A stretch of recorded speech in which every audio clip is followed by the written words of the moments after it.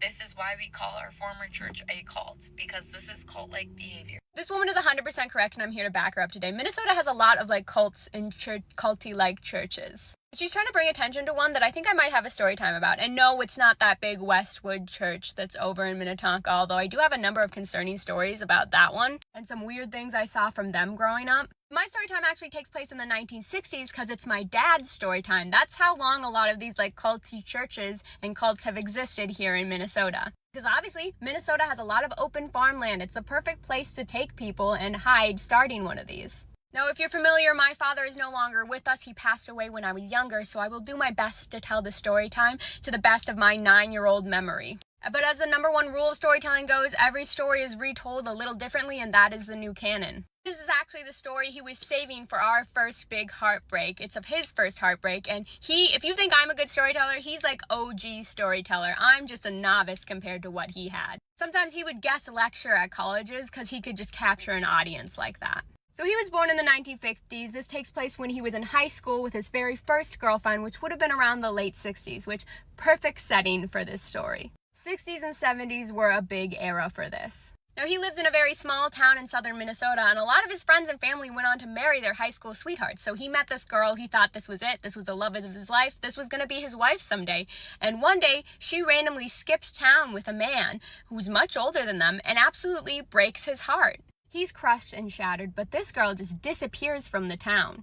I don't remember her exact name, but it was definitely one of those two-parters, so we'll call her Mary Ann or something. So Mary Ann is gone. Obviously, her parents are freaking out. My dad's heartbroken over the situation. And it's the 1960s, so how do you track a teenager who's just skipped out? Now, somehow word gets back that this girl might have skipped town to a different small town halfway across the country. And for whatever reason, small town vibes, her parents call my dad and his friends. They're freaking out. They're like, we'll pay you money. We will pay you money to go and get her and bring her back to us. Because, the first thing you do in the 60s in a small town, instead of calling the police, is calling her teenage boyfriend and his friends for help. And because my dad and his 900 brothers and friends were not strangers to adventures around this time, he said, no payment necessary, we'll go and get her for you. Yeah, forget the fact that she just broke our heart, but I can see you're clearly distraught. So I don't know if he went alone or he brought one of his brothers or friends, but another issue is that they didn't have a car, right? It's the 60s in a small town. There's one car per household. Teenagers didn't really have cars there. So they do what any teenager in the 60s had to do, and they decide it's time to hitchhike across the country to go get this girl at a town she might be in. And they do it. They hitchhike from town to town, from car to car, until one car they get into, this man hits the pedal to the metal. They are flooring it. Everyone's like, what is going on? And that man yells, everyone get down. And suddenly they're getting pew-pewed at. And they're in the backseat like, no, of course this is how we go out, right? This freaking girl, and we get dragged into all of this. Wonderful. But they get out of that as quickly as possible, of course, and eventually they arrive to where the girl is with the older guy that she ran off with.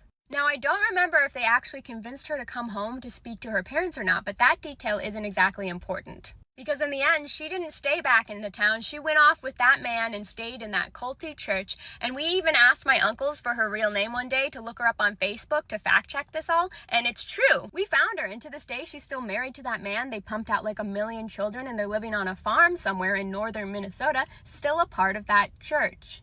And glad that at least everything worked out happily and fine for her. But these are really real things that exist here in Minnesota, and they do prey on young people. And unfortunately, they've been around for forever, and a lot of them are just rebranding as these mega churches.